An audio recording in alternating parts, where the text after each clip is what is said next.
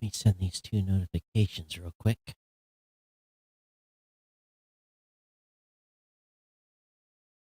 All right, I think that worked. Todd and Rob in the afternoon. Hey, afternoon delight. With Todd and Rob. Oh, yeah. Oh, yeah, and Happy New Year, Rob. How are you? I'm doing terrific, Todd. It's great to be in 2024, I think.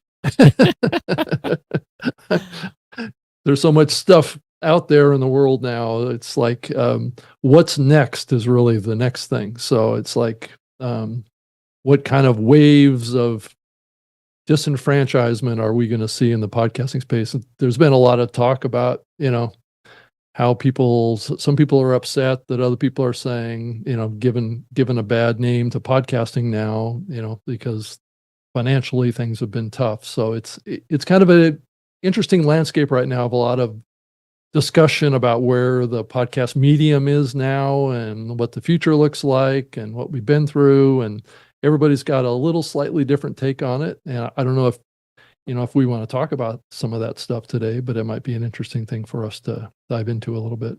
We can, but I just want to let everybody know we are lit and live on those new podcast apps at podcastapp.com. We're on I changed everything. We're on a new streaming, I guess not necessarily platform, but interface. I tested yesterday, and we should be coming through audio-wise. So if any of you are listening on any of the podcasting apps, please, ping back and let me know that the Live and Lit is working as it was supposed to. And basically, the audio stream is where the changes were made. So, but yeah, everything's settled kind of in with the new hardware, so nothing new on that. But to be honest with you, Rob, I was reflecting and getting into your point. I here we are, and I'm going to say we're officially heading into August in my calendar, and I think in most podcasters' calendar, besides what James says. And by the way, don't eat me, James Cridland. I consider 2024 the true 20th year in podcasting, and and really this is 20 years ago. This is when things really kicked off. To really kick off. Yeah. So as we march to both you and I guess I'm speaking proper English today, 20th anniversaries, you in late September, me in early October. I kind of made it a point that I kind of made a decision, and I put a Facebook post up. I announced in the Blueberry group. I announced in the Podcast Movement group that I'm going to do just like I do on this show, and it's going to be a no bullshit year. Not that we don't do that already, but I just, I get into so many of these groups and I hear stuff and I just cringe and I cringe and I cringe on the advice the content creators get. I'm at a point where I'm just going to start saying, hey, if you want real advice and no filter, I'm going to tell you how it is and what you're going to have to do. And I'm going to set up a private group, and those that want to be in that private group will meet every couple of weeks and have an open discussion. And I'm just going to, this year, I so often now, there's lots of pundits, like you said, podcasting's dying. And I think there needs to be, I think I've earned my placement in the point to be able to give my opinion and know something. What I say is, I talk to podcasters weekly. Oh, yeah. It's like, and you do too. And it's a situation now where I don't think a lot of people really understand the ground truth on what's happening with, podcasters. And I think I'm going to adopt something that Adam Curry said. I'm going to stop. There are no indie podcasters. There are podcasters. And whatever level you're at, all struggle the same exact way. And well, especially now, it's not like really even these bigger companies have as much of an advantage as people think they do, or at least they used to, because they had big budgets. Now they're back doing it like everybody else has been doing for a long time, right? They have to be responsible. And a few people were congratulating me, and it's not about the congratulations. Let's just leave that. Let's leave that behind. Let's set this space up. Let's set podcasting up to move forward for the next 10 years. Let's it's got to be built on a foundation that's solid and people understand and is clear. I think, I agree with you, Todd. I think that there is this kind of undertow it's happened before. Yeah. And you and I have seen this happen before. I don't think it's as significant. I think we're seeing more naysayers than we ever have.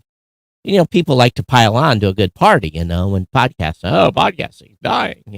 It's not. Well, I think we've fallen, in perception, we've fallen quite a bit. Whether or not that's really based on real data and real reality, I just think that we got to be, so hyped up about what this medium was doing and what it was accomplishing that it was a little beyond kind of where it really was all along.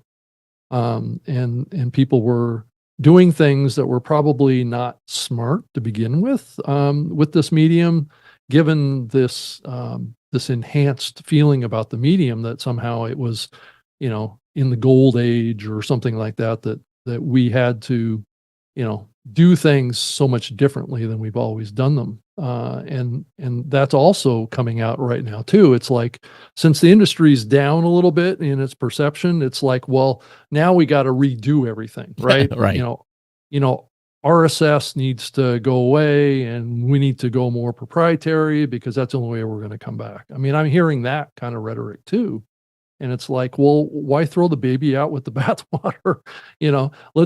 RSS is what built this medium. Why do you want to throw it out as a solution to a downturn? It just doesn't make any sense. And the thing is, there are solutions to address many of the concerns, the things that they say about RSS, right? So, but yet they've ignored. Nobody wants to do it, right? Yeah, they've ignored those, these new adoptions and some of the stuff we're doing in podcasting 2.0. But I think that we need to remember, and I think podcasters are starting to wake up to this, that, and I'm going to be very, very frank here. Mm-hmm. And I'm going to go along a party lines. You can't trust YouTube at this point. You can't trust them to do the right thing, because Google has a history of not doing the right thing. For number one, if you want to have a YouTube channel, Todd, also, just another layer on top of that, can we ever, or should we ever, trust any huge corporation that has a lot of power and control? I think is the bigger thing. Right? And we had a show today that is making the move over to a platform that shall not be named, that has been promised a bunch of money. And we basically said, okay, we recommend that you don't shut your account down here. We're going to leave the lights on for you. Mm-hmm. And as soon as the grass isn't greener on the other side of the fence, you can come back. But there's this demand. Oh, you have to move to our platform. You can't be hosted anywhere else. You have to be hosted over here. And that's fine and dandy. They can make the move. But time and time and time again, we've seen people leave. And then a couple months later, they come back because the grass wasn't greener on the other side of the fence. So if we look at what Spotify has done, again, you're being monetized. Your content's being monetized around you. Your audience members are paying to be over there. And again, it's a closed ecosystem. It's a monopoly. So we don't care. And I go on the mantra. Go ahead and distribute to all those places. It's all good. I'm not naysaying not being on YouTube. I'm not naysaying don't be on Spotify. I'm not saying that. What I'm saying is don't forget that these folks are not your friend. They don't care about you. And you should care about yourself and care about your brand. And it doesn't matter where your host is, as long as you control your RSS feed, you're good. Now, of course, I'm biased. I want them over on Blueberry, but not all of them are going to move. That's fine. And those shows that are chasing money are going to chase money. And again, I have serious concerns on that space too. Because I don't think 2024 is going to be any better money-wise on the advertising side.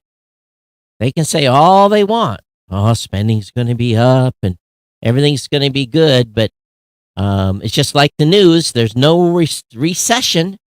We're not in a slowdown. Yet we had 8% inflation the year before, 4% compounded again this year, whatever it's going to be, so you're compounding inflation, people are tight, budgets are tight. I just come off the holidays talking to a lot of people, and I talked about on the last show. Maybe it's good in your neighborhood, but yeah. So I think 2024 is going to be another rough year. I hope not. I hope it pulls out and we make a major recovery, and everything turns to to gold. But wish in one hand and poop in the other, and see what you get first. So, and that's not even. That's an interesting analogy. I haven't heard that one before. Well, my dad would use another term, and it wasn't it wasn't right. poop. You wish in one hand, and I think that we need to set realistic expectations. Yeah. And here's the thing: when I was in the Navy, there was this term that we like to use. It was called sustained superior performance. If you maintained sustained superior performance, you would get promoted. If you were average, you wouldn't get promoted very quickly. And if you were below average, you would fall behind. Right. So you have to have sustained superior content. And that sustained superior content has to bring value to your listeners to make them want to tune in and listen again. Yeah. If your content is average, they're going to go find something else to listen to. And it doesn't matter all the tricks, and you can go to Podfest, you can go to Podcast Movement, all the stuff that they talk to us about on how to build shows. Well, you can wish in one hand and poop in the other that you're going to wish that you have a great show. Well, that wish needs to be sustained superior content. So yeah, I think these things aren't new. No. These things have been the criteria for podcasting since podcasting started. But, so it's, yeah. But I don't think, and I took some time, and this is time I'll never get back. I specifically only watched, and boy, my amygdala needs shrinking. I purposely watched stuff on the platform that shall not be named that called themselves a podcast. And I'm going to be honest with you, what a train wreck some of this stuff is. absolute. Are you talking about the content or the platform? Content is absolute Okay. train wreck. 6, Right. 7 people all talking on top of each other. And it was nothing more than, and I understand what, in my opinion, on why some of those shows were popular is because they were like CNN or MSNBC or Fox. They were providing chaos entertainment. Yeah. And extreme speculation.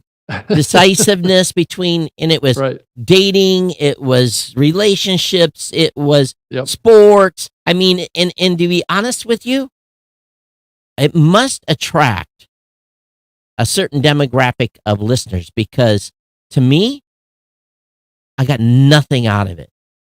There was no, 142-minute program that I listened to, tried to, and I had no takeaways from that 42 minutes except people bashing each other.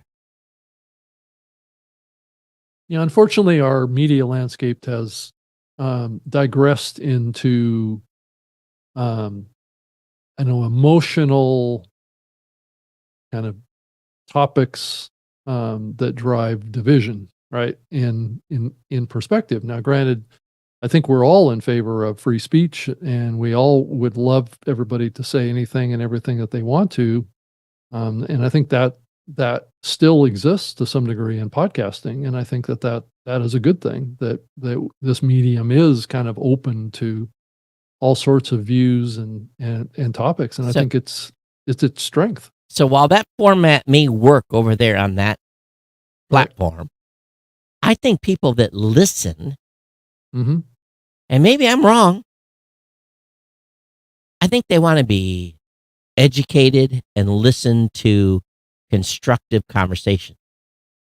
Maybe I'm wrong. Yeah, I think also that, this was probably a couple decades ago that mainstream media, if that's what we're talking about here, had kind of shifted their news departments to be part of the entertainment department.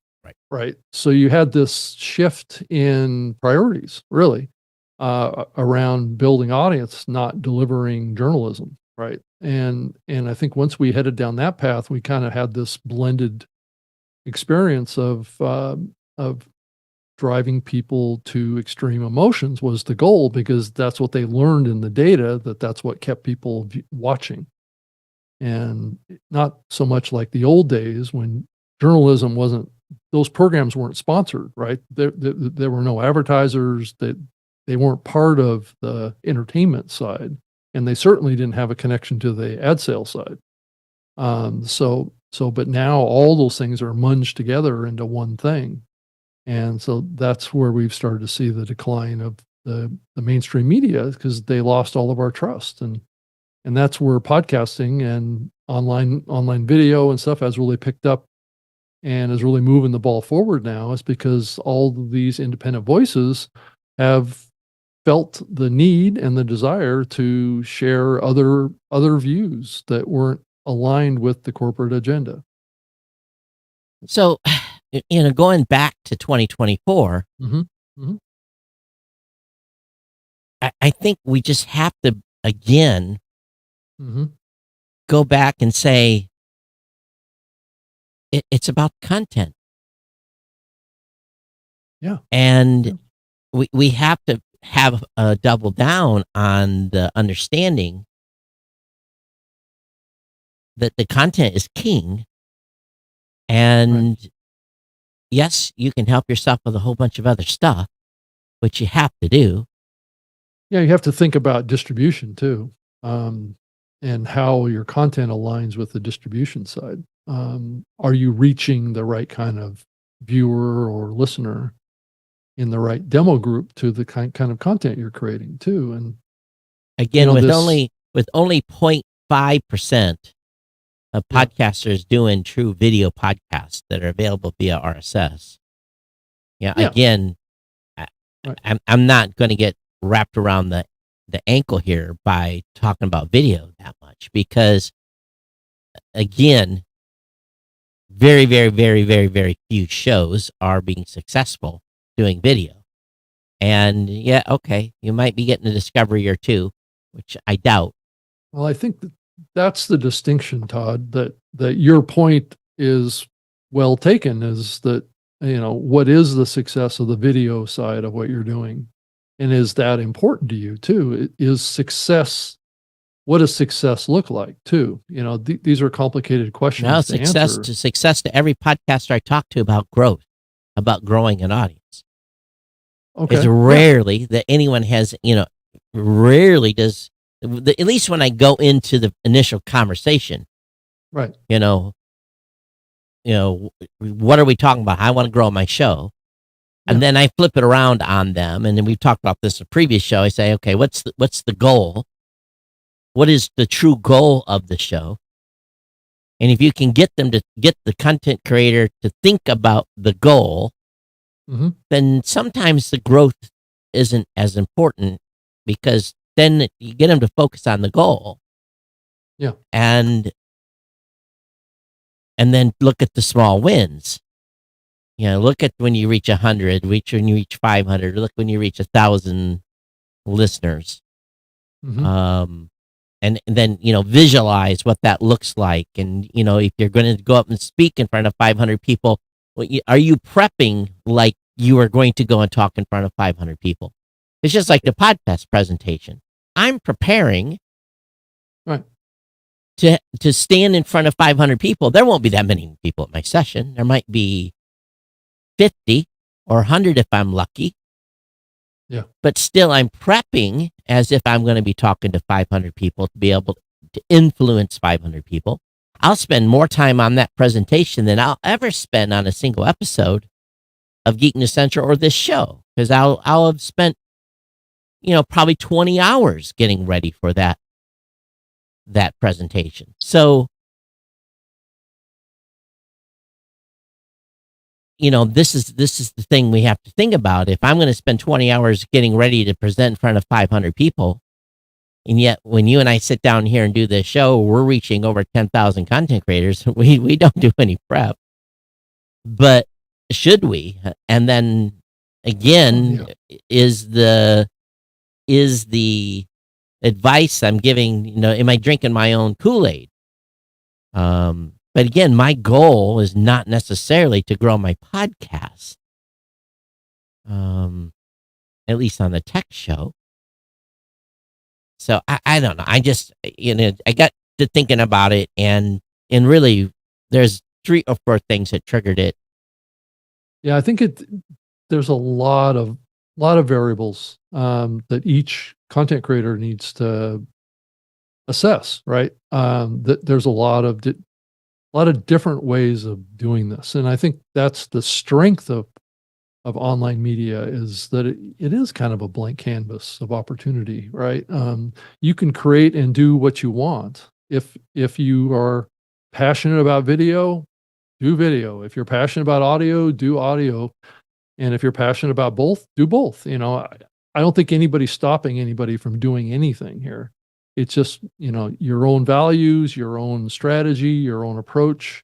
It's kind of like starting a new company, right? Come up with your unique strategy, your unique approach, and implement it and get it done. Be, like you say, Todd, do it consistently and keep trying new things all the time, and see what works. And if it doesn't work in some period of time, then, hang up the microphone. But, that shouldn't be how you go into it, is thinking that will be what you will do 20 episodes in potentially, or something like that. And so you need to, right. And at the same time, I'm just so sick and tired of consultant doublespeak. Yeah. And people are so willing just to, okay. It's like, follow me into the raging river. We will be able to get across. Yeah. Don't worry.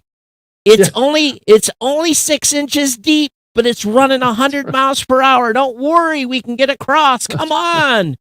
That's right. You put 1 foot in it and you're gone. And right. And then 3 days later they're fishing your body out. 3 miles downstream, you're wrapped around a log and you drowned in 3 inches of water. So, I'm just sick of this. No, it's true. That's how it's being portrayed out there. Is what that it's such a treacherous landscape of things to do and not do, and I think a lot of people just don't get started because they're just flustered with the whole process and how complicated it can be. And I hate to say it, going to that point, it's not that difficult. Right. Well, and it's a valid question to ask is, should I do it too? I know that there's been some folks in the industry that have pointed out, and it's sometimes controversial, is the question is, should you do an online show, right? I mean, do you but we're not even really talking want to do it, or are you following it because somebody said we're not even talking about live. We're just talking about someone that's in their closet. Any online media. Recording their content. I think that we have an opportunity here to just give people this understanding that it's going to take work.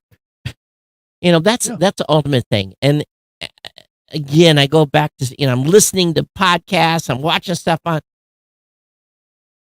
and I often will go back into people's back inventory, and I'll go way back, especially on the platform that will not be named. I will go back as far as I can into 10 years ago when they were a nobody creating content, and they had 10 views, and then 20, then 100, then 450, and that's like 5 years to get to 450.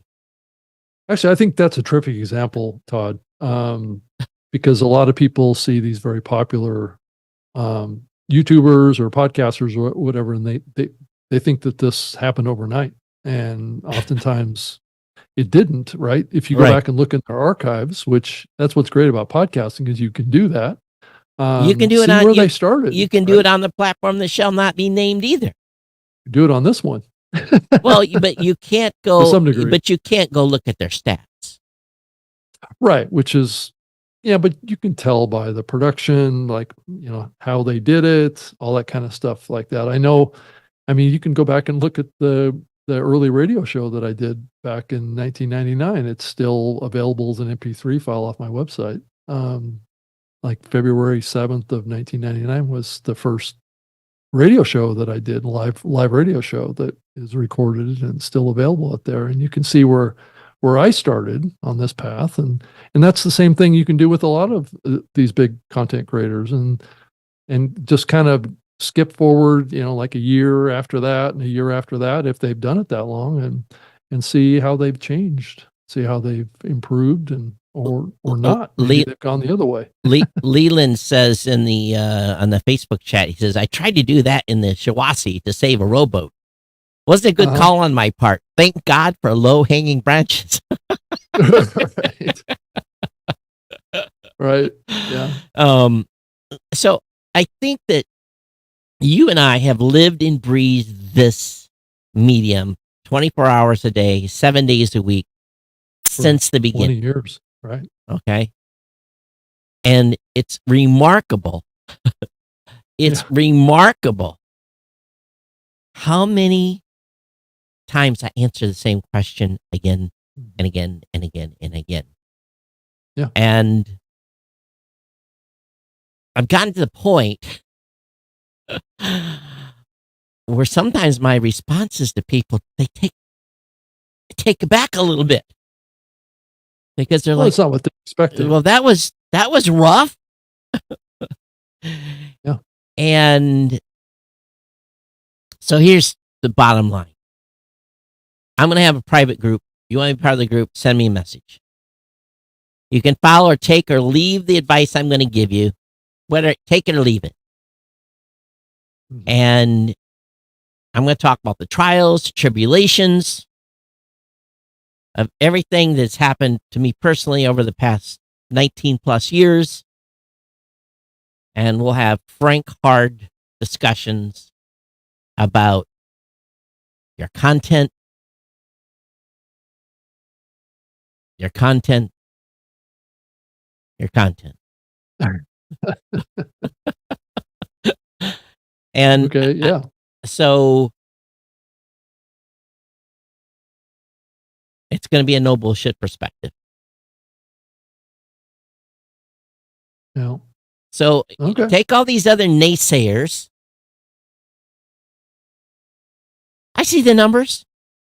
Matter of fact, Blueberry's going to start putting out our own report. It's going to be unique. We're working on getting the first version of it out. We ran the data yesterday, and we'll talk about what happened in December in a few days. So do you say report, is it around metrics? And it's going to have a whole bunch of stuff in it. Okay. And we tried to come up with something. Some of the stuff would be some that repeat other people do, but some of it's, we're trying to get some unique perspectives from the data sets we have. And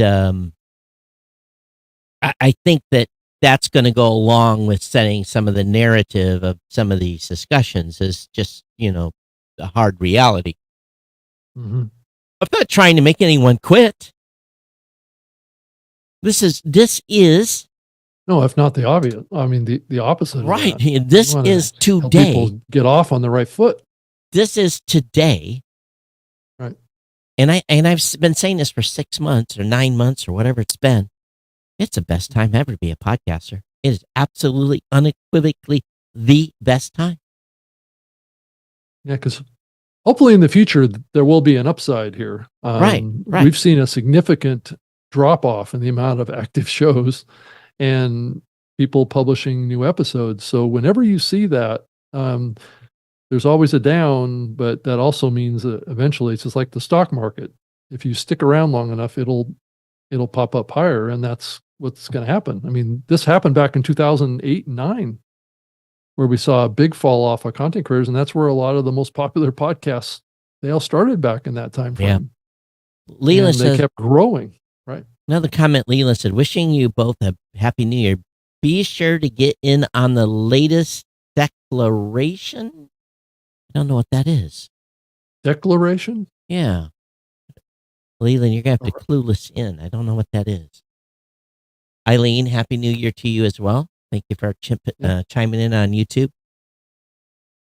So did you see the news on Generation Z, which is the younger side of the podcast community? I think it's the 18 to 24 age group. The Gen Z biggest podcasters are all working from bed. Did you see the headline of that? Why would they say that? Why is that? Why is it so demeaning?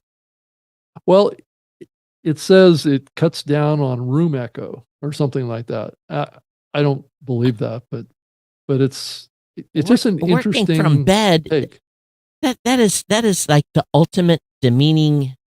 Yeah. Who wrote that? I agree with you. Let's see where that came from. Let's see here. Working from Fast Company of all places. It says why Gen Z's biggest podcasters are working from bed. I have a bunch of kids in the 18 to 24-year-old range.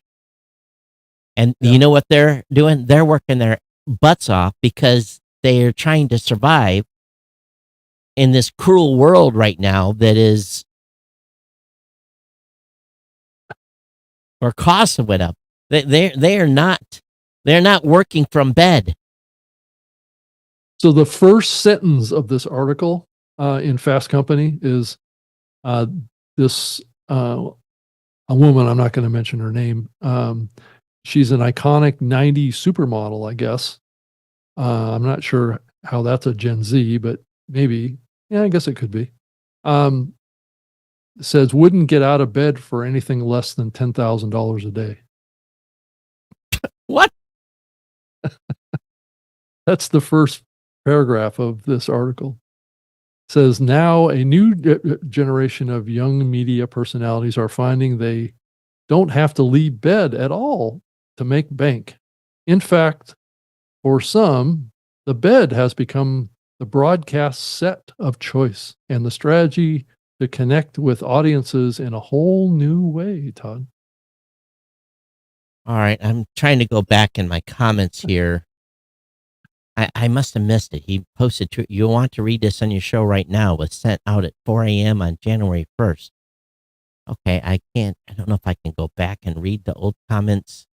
I guess I got to refresh the page. How do I see this? Oh. What was it called again? Oh.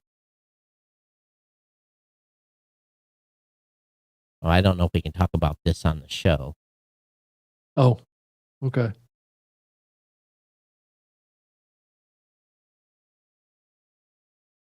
I mean, just to kind of put a little cherry on top of this Gen Z article, for many years, and there are a lot of successful podcasts, and this is a true fact. And I'm not saying that what's being said here isn't true. I'm just saying that a lot of podcasts have been recorded in closed closets. Yeah, yeah. I've done because of the sound buffering effect. Oh, I have recorded in some weird. I've used pillows off a bed, not in the bed. Yeah. Or shipping blankets hanging on the walls, or all sorts of stuff. I've done all that stuff too. Yeah. Won't get out of bed for less than $10,000 a day. Well, you know what? I hope they're taking that money that they're making when they do get out of bed and investing it well. Right.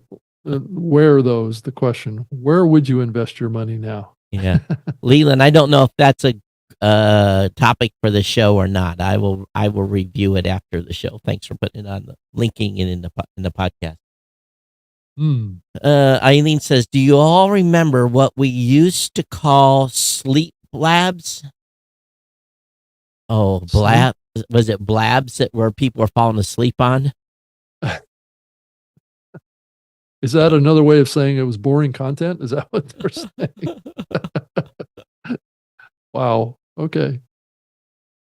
Yeah. And I do say, that, and Todd, we've had this discussion a lot over the last month or more about video and things. And I do hear this across the industry, rhythm around video. I mean, everybody's kind of like, that's the hot thing now. Right. Well, knock themselves out. And I think that's being driven by what the unnamed platform is, the YT platform, has driven that change in people's kind of perspectives. If you listen to this show, right, you have been warned. You've been well, yeah. You've been warned that, just tread carefully and make sure that it's not a waste of your time, right? That's the takeaway. Because believe me, when I go on the road and travel and we just do audio, the production time for this show is remarkably short.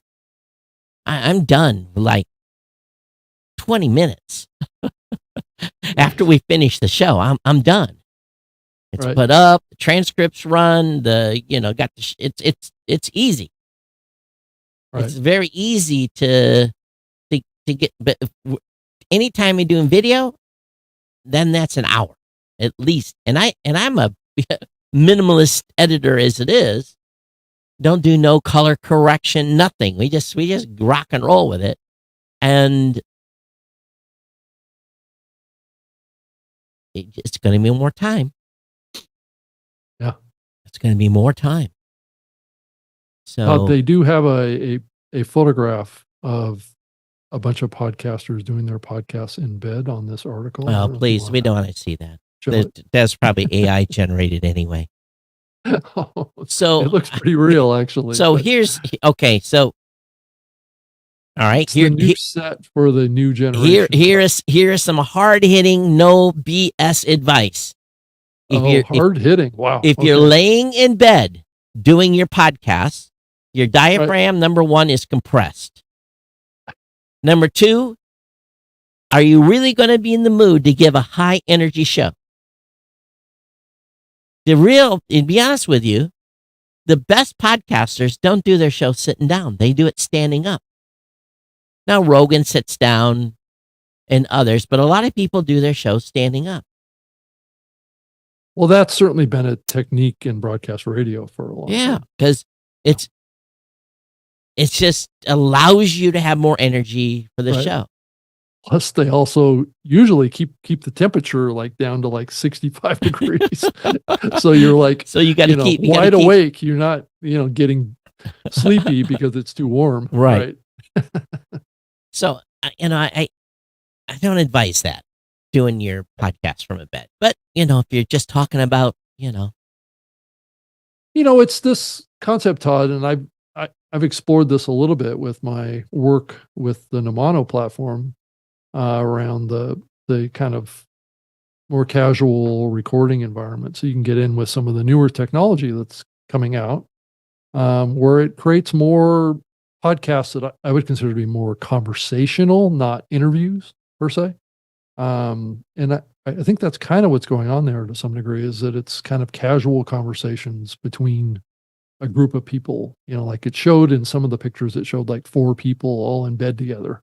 It just so happens that they were under the covers. It could have been at a regular studio, but it just so happened to be in somebody's bed. So I don't know. What was the topic of the show? Well, this particular show I saw the picture of.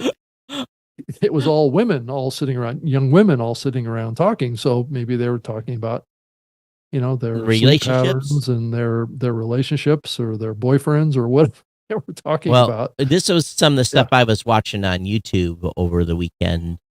And it's probably very similar to that.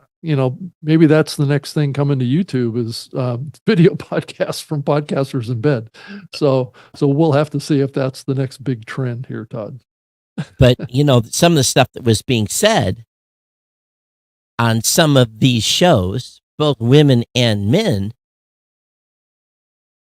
there's no way I would even get into those topics, because it's like, do they want jobs in the future? Because some of the stuff that was being said, I'm like, if I'm a future employer and I see that. Yeah, but Todd, I think you have to think about the changing culture of the next generation too. Yeah, it's true coming too. up. It's not. They can get. They going to be the same as our. They can get away with it. I sure can.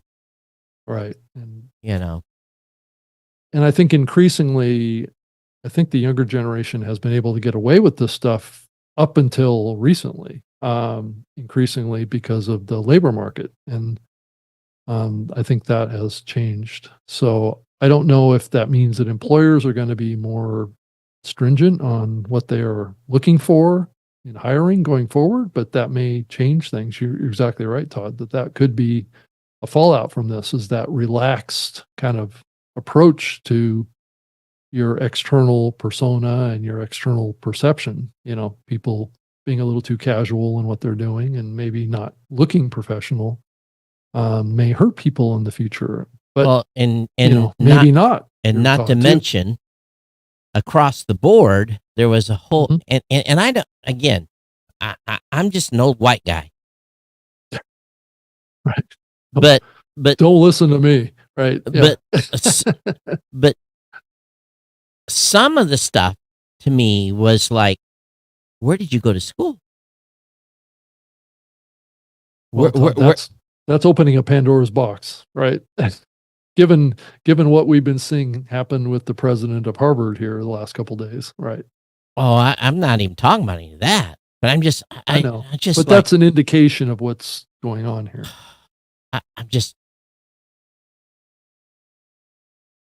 I'm old, so just it is what it is.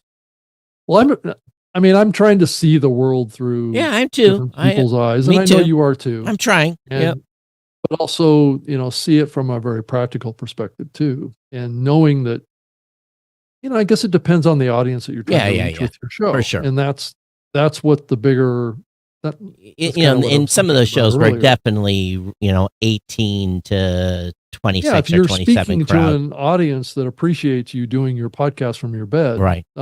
Then or thinks that's cool or thinks that's fun or whatever the rationale is, they could grow an audience doing that because it's something different, right? It's something unique, and we're always looking for content creators to do something new or something. Well, some of these guys innovative, maybe. Some of these guys better pray their shows do very, very well and bring in a lot of revenue, because otherwise, well, they're that's going what this article said, is that the most popular Gen Z podcasters, or some of the most popular, are doing it from their beds. So, and well, again, most stuff I was watching was not coming from a bed, but some of the panel discussions were such that I was just like,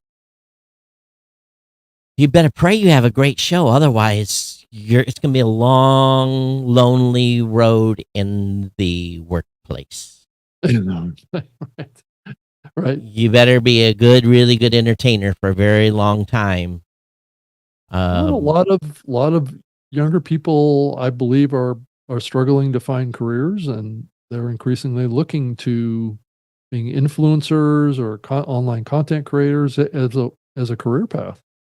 And certainly podcasting is part of the mix now. So I guess we have to be careful about discouraging. Oh, I don't want to discourage nobody.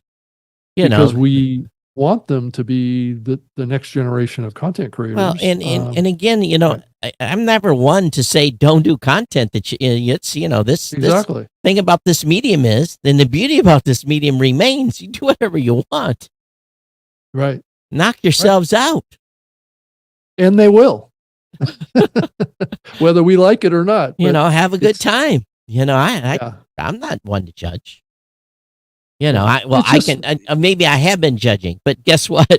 Go ahead. Well, I think you're looking at it from the perspective of success and performance of what you're doing, what's going to work, right? Yeah. And I guess part of what I'm saying is I'm not always 100% sure that I know. I don't either. What that, because I can't talk. That's right. I can't talk to that audience. That's a different generation. Right. But I do know that. Again, based upon the breadth of content being created out there, that you should strive to put the work in to have great content that gives great value back. Right.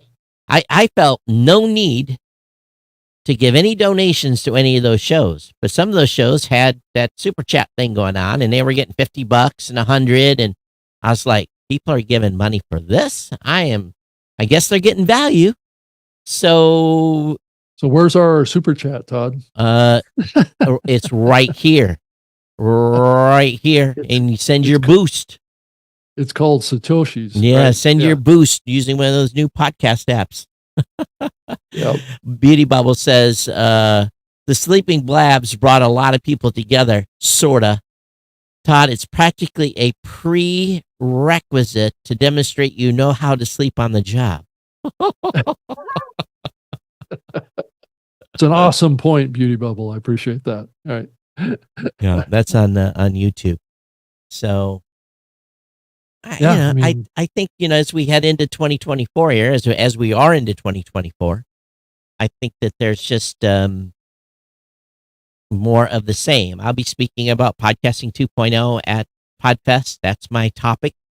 We're going to be doing a live event at PodFest. We're going to be doing a new media show there. You've got a podcast host provider that's from India. Is that what you said? Yeah. That's going to be joining us. So we're going to hear about the international scene a little bit. Yep. And I'll get one other person up there too that can give us a kind of a unique perspective on the industry. So, and then the Hall of Fame announcement will come next Monday, you think? On Monday, right? Correct. At least that's the current plan, anyway. All right, awesome. Yeah. So all will be disclosed at that point. I will be at CES. So I'll leave Friday for Vegas. Matter of fact, so I'm assuming that we're not doing a show next Wednesday. No, impossible. You can do one on your own if you want. Get somebody. Yeah. I'll probably wind up doing a show, maybe covering the Hall of Fame. Oh, that bring the other Rob on. I haven't pulled that together yet, but that might be a good idea, Todd. I appreciate that. That's a good idea. I can ask Rob if he can join. Yeah, so I think that will be a interesting conversation. Yes, it will be an interesting conversation. It's been interesting to try and pull that event together. Again, it used to be with Podcasts Movement.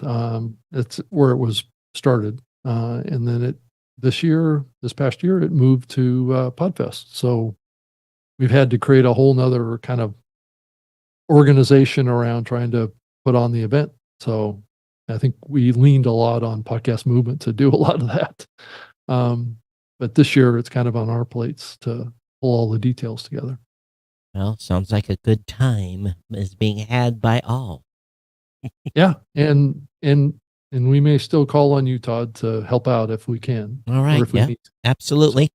So, yeah. And so anyway, so that's going on. And like I said, we're doing a new media show. Actually, that's on the new media show is like 3:30 in the afternoon on the 25th of January. And the Hall of Fame starts at 7 p.m. on the 26th, which is Friday. I think my session is on.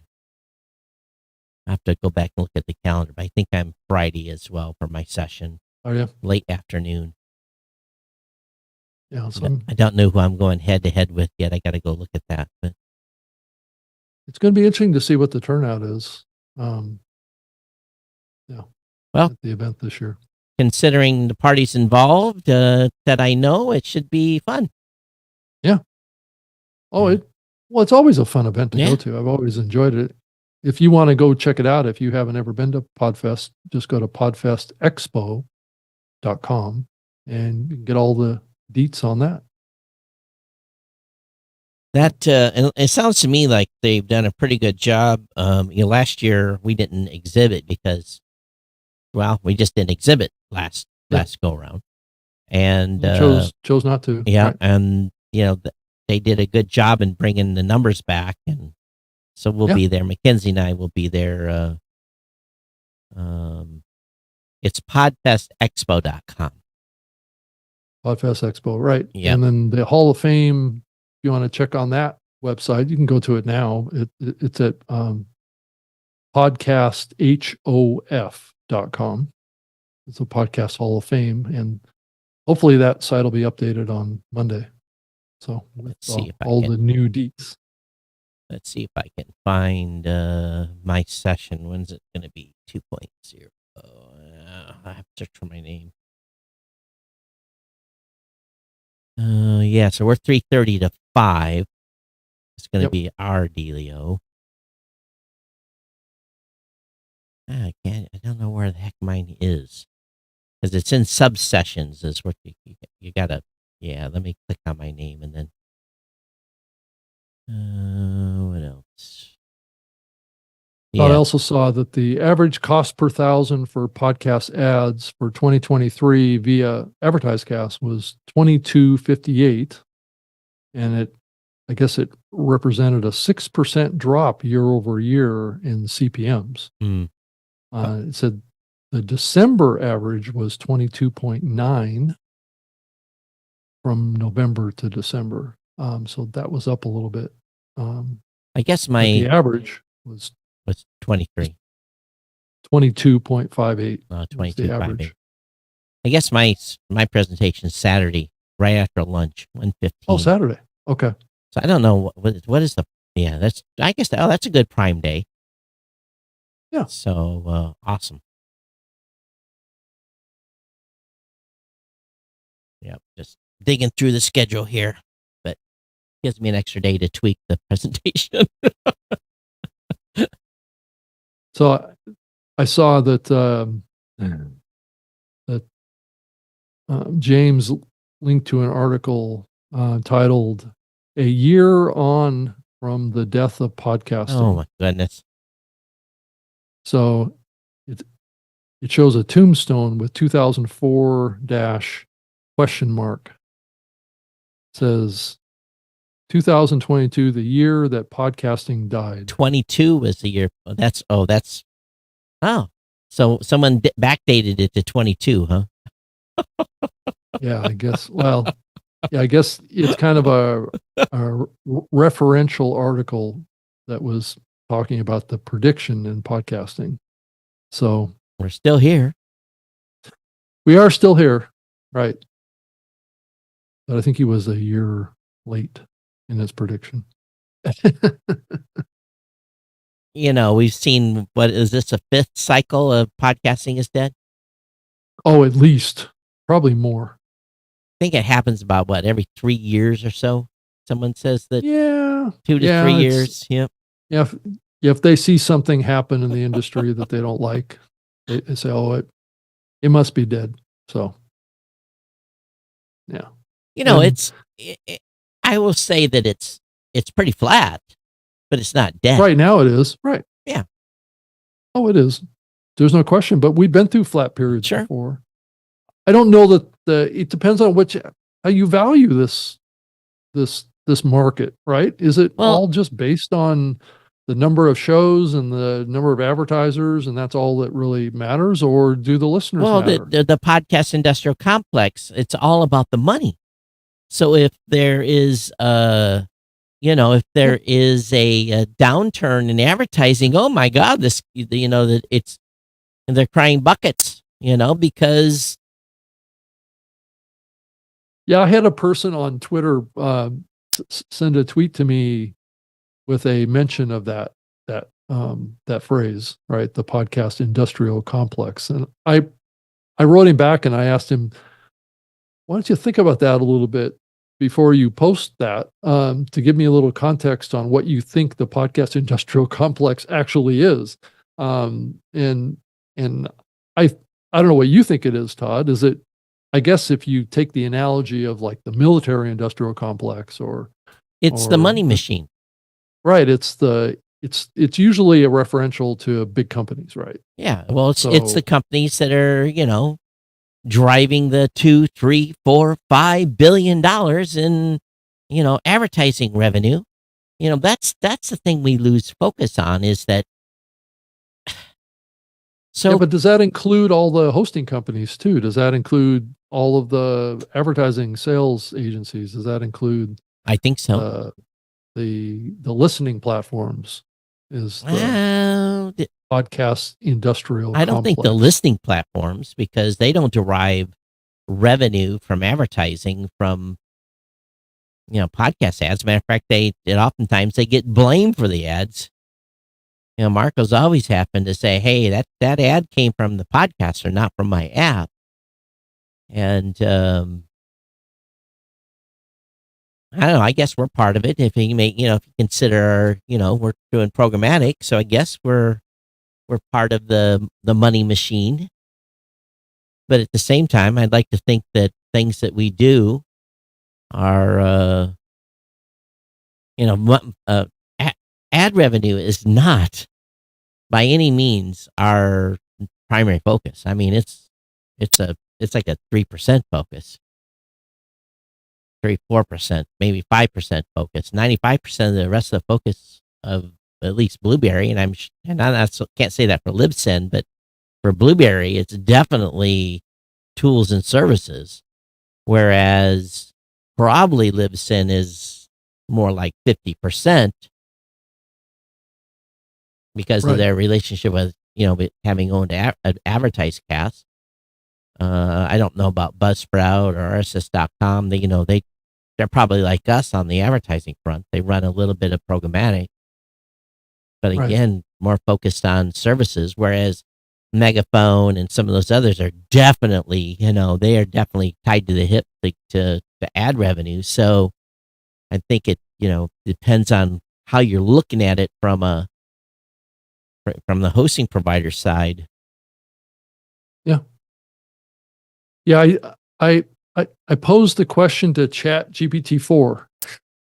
What is the podcast industrial complex? Oh, it came back with some results. Oh, but it said the term podcast industrial complex isn't formally defined, but it generally refers to the rapid growing industry around podcasts. This industry includes not just the creation and distribution of podcast content, but also the surrounding ecosystem of technology platforms, advertising networks, and production services and marketing efforts. But actually, it really is really kind of referring to the whole ecosystem. Well, you know who's originated the podcast industrial complex, right? Who? Dave and Adam. Oh, Dave and Adam, right. So that's probably where it came from. But if I do look at the current statistics, it's been a pretty rough week. Numbers are 87,225 episodes in the last 3 days. That's way off.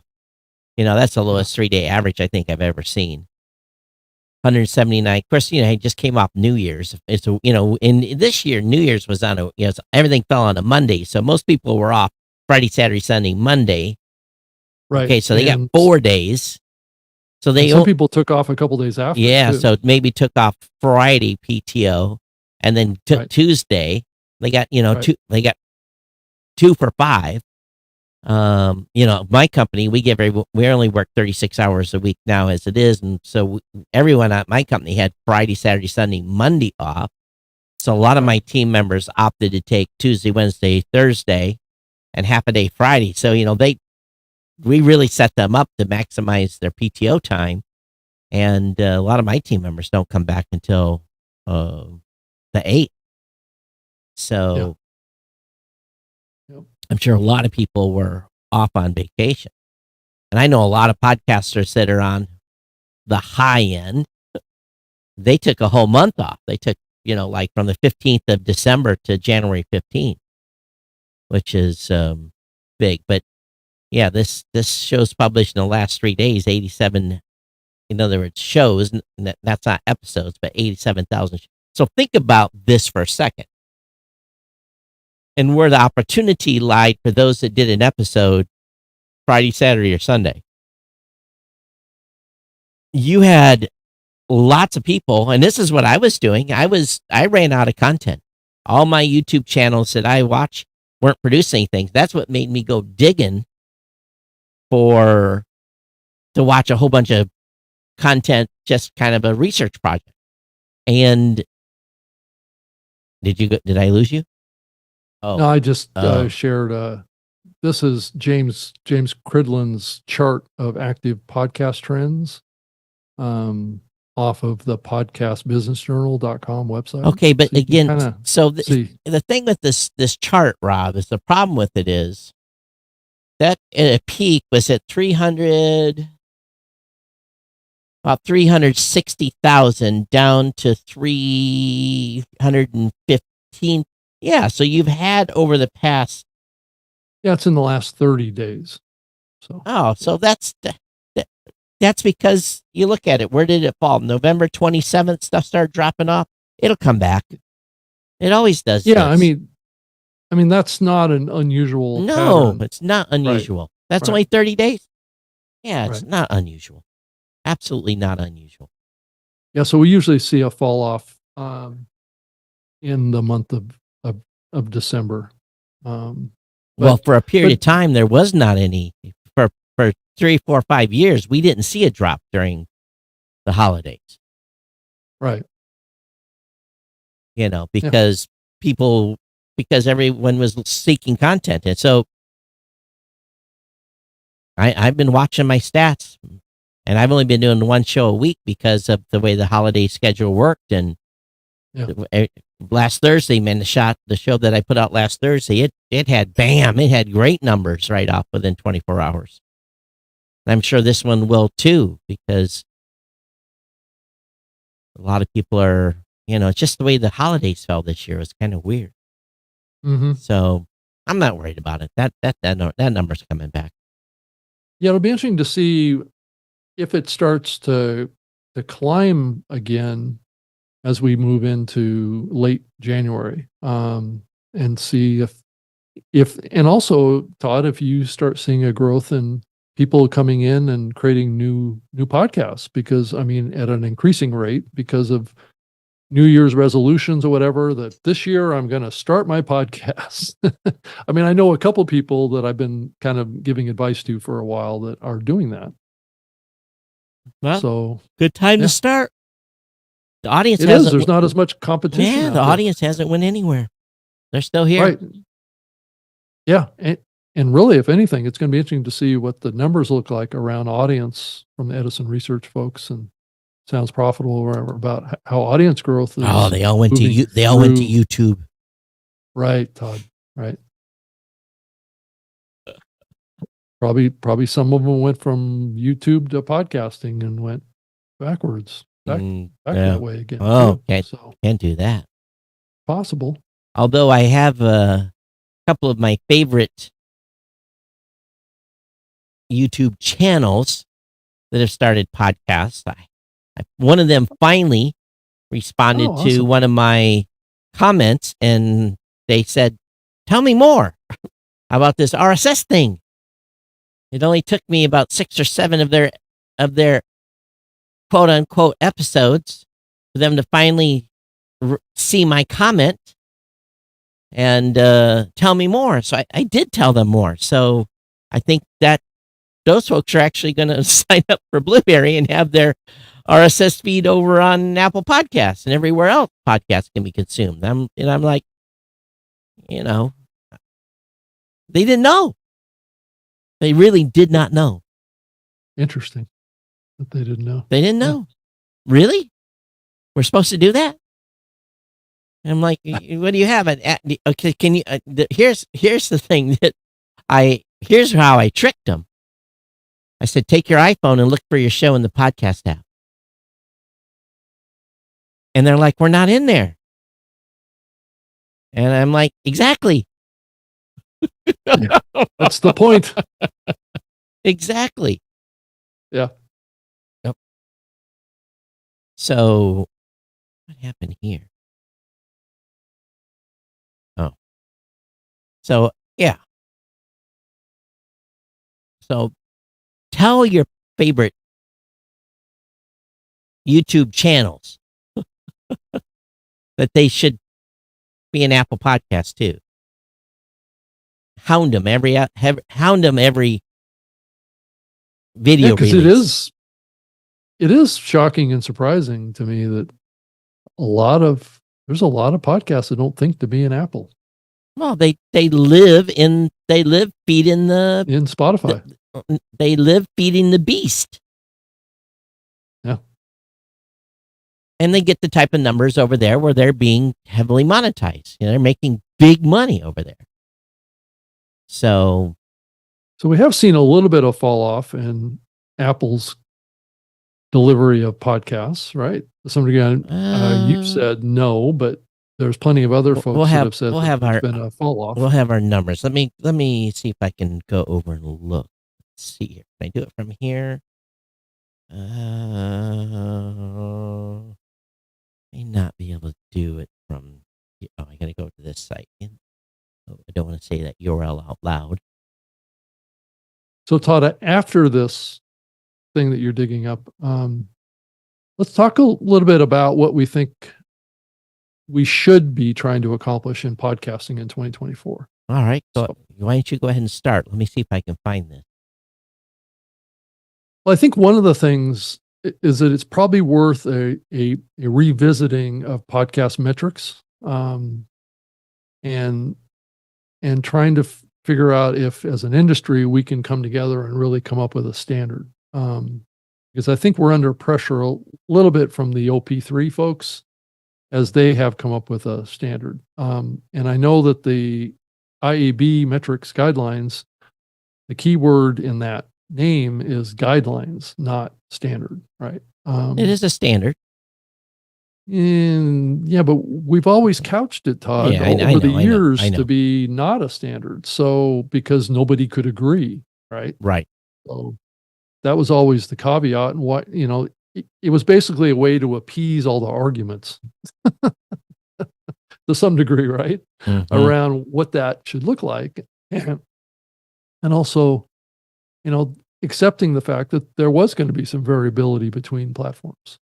But I'm just wondering if that is a noose around our neck No, that's being used against us now.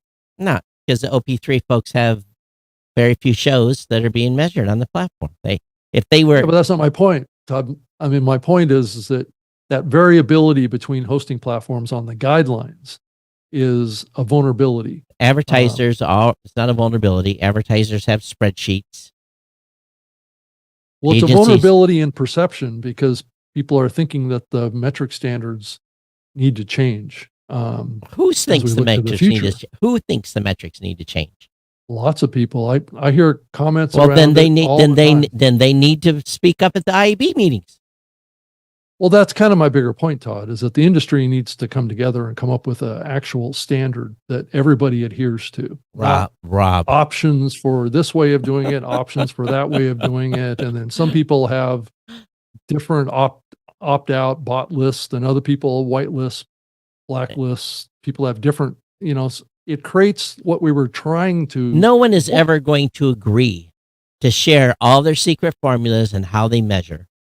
It's not about sharing secret formulas, Todd. And I think that's where we're going sideways here is that, if we're going to have consistent metrics across the industry and these platforms shouldn't compete based on metrics. They're not. That was always the goal of the IAB, was to take metrics off the table. Yeah, I haven't heard no one complain about deltas between Blueberry and Libsyn and differences But yet between they us. exist. But it's yet very, very they- small, very tiny differences. That's always the argument, Todd, is that, those differences are very small. Yeah, a couple percentage points. So by what? saying that, you're admitting that there is differences. Well, that's And- for us. That is a sales advantage.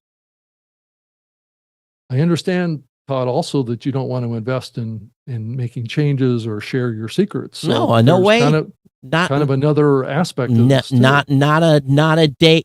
No, I got millions of dollars wrapped up in my stat system. No way. No way. What? No way I'm sharing. That's kind of my point. We're leaving ourselves open for criticism. No, there's no criticism. Have not heard of a I hear criticism it all the time, Todd. from I mean, it's who? not- From podcasters. You don't hear it from agencies. They're not People are complaining. Look at what just happened with Apple. Guess what? Great You're sales saying that advantage for me. Nothing changed on your platform, but 6% changed on Libsyn's platform. Yep. Because guess what? They're not investing. What do you mean they're not investing in improving their stats platform. Have How do you know that, Todd? Well, they had a 6% difference. If they would have built into their system overqualification, okay. Yeah, but there's no standard. So Yeah, there how is a would standard. Anybody know what is consistent across? There is a standard. The problem is it's the minimum standard. It's the minimum requirement. That's what people need to realize. It's the minimum. Yeah. But yet, if you look at all of the other IAB metrics standards, not just podcasts, they are strict standards. Well, here's the thing. Podcast is the outlier, and they will never ever, MRC will never ever certify a podcast host because it comes from log data, not from client data. MRC, anything that MRC qualifies is all based on client data, and you're not going to get client data from Apple, from YouTube. So why did the MRC come into this conversation? MRC is what's made all the other mediums more tight. Okay. Well, that also plays into a narrative that's not good for. Well, the MRC has said for years they're not going to do it because, right, which is also a vulnerability. No, it's not a vulnerability. It's a fact. Podcasting is a different medium type. Okay. Yeah. Well, I guess we're going to continue to be criticized by the ad buyers. I have not heard an ad buyer criticize numbers in years. Haven't heard it. Okay, well then that means that the ad sales folks are doing that for them somehow.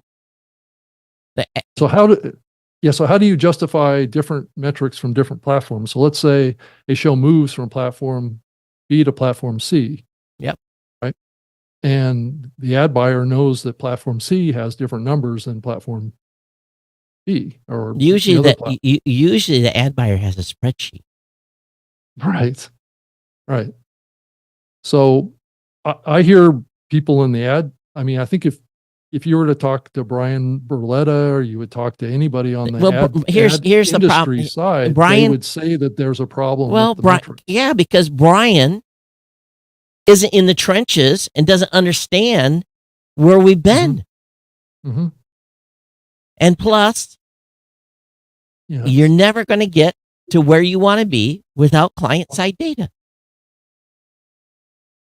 Until all well, that's driving the narrative of pushing towards proprietary distribution here, Todd. Well, that would be not open.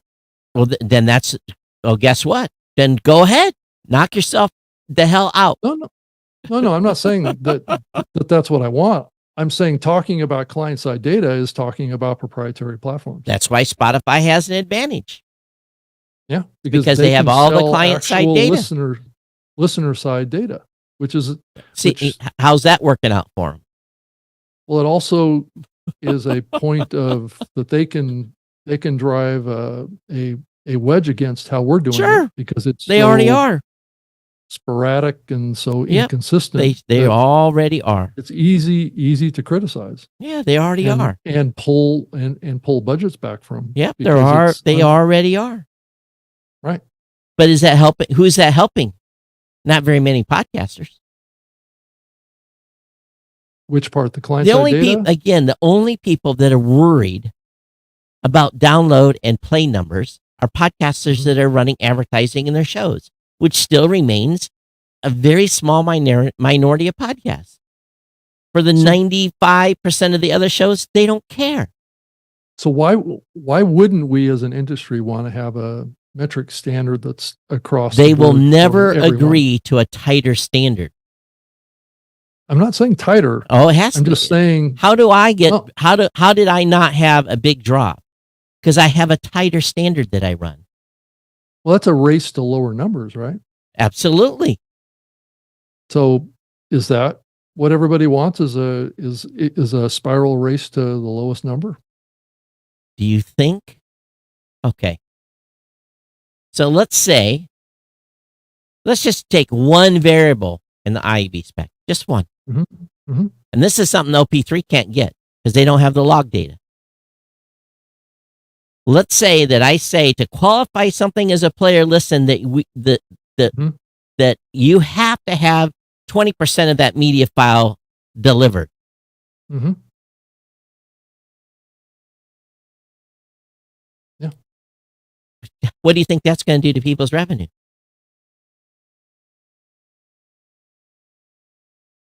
Instead of 1 minute. It's right. It's going to cause it to drop. Exactly. So if one platform does that, but another platform makes it, a smaller number, then there's a discrepancy between those two platforms that then puts us right back into where we were before we ever had the. It means my podcasters perform better. Well, that could be the case. Yeah, I agree with you on that, but that's not the metric that things are oftentimes looked at on the advertising side. The advertisers are always not at the beginning of the advertisers are always going to back it out and see what their CPA was if they're on a DR. Right. No, I agree. After the campaign is done, Yeah. I'm talking about on the buy side, on the buy end. How are they going to evaluate? We've been running for 18 years. I know you have. Yeah. 19 years almost now without client-side data. And it is what and we're still seeing platforms take big haircuts after all these years. Look at what happened to Libsyn. Look what happened to other platforms that got caught in this iOS 17. Right? they got exposed, right? Sure. As having weak metrics. Not having weak metrics. Granted, if you not you made having, it through there unscathed, that's kudos to you. Not having weak metrics, having not analyzed deep enough. Okay, fair enough. So we want to keep it as a competitive tool. For me, it's a competitive tool. Right. I always tell podcasters moving to us, prepare for your numbers to go down. Mm-hmm. Yeah, it can be a frustrating thing for a podcaster. I mean, sure, we've seen this a lot, Todd. We've seen platforms take haircuts repeatedly over the years. Yep. And some put it off, and then years later they got hit. Yep. With a big one, and they lost a lot of their podcasters because of it. So it's a gamble, the industry not having a strict standard across the industry. So because OP3 uses redirects, their numbers, just like our redirect, is always going to be lower than the hosted data. They're doing it the only way they can do it. Right. Until they start processing raw log data from podcasters. Or if whatever that methodology that they have gets turned into a standard that's implemented on other platforms. Yeah, so but the problem that would be the only other way of doing it. It's not going to be, because no one's going to buy into that. People are already too heavily invested in the IEB, for better or for worse. Well, yeah, and I think that the worst part is how expensive it is. Its prices come down considerably. It's not like what it was. Okay. I think the renewal this year is going to be around, I don't know, 7,000 or something like that. Oh, okay.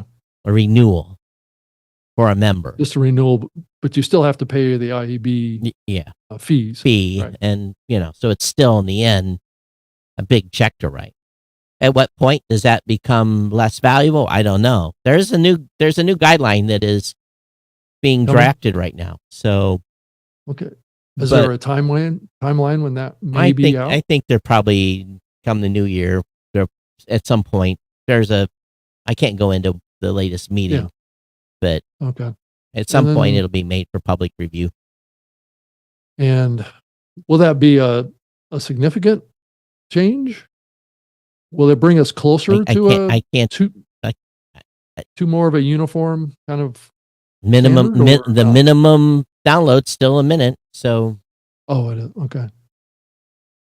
I can't go into any more details than that, Rob. It's that 2 hour versus 24 hours what creates all the variability. Well, I mean, a chunk of it might be the right way of saying the 24-hour stuff is fair.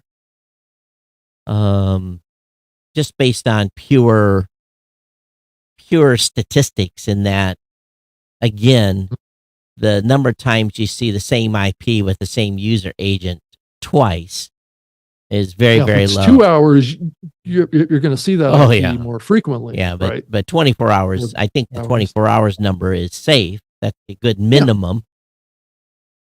But if you want to have higher numbers, then you opt in for the 2 hour. Well, you can't be certified if you're doing 2 hours.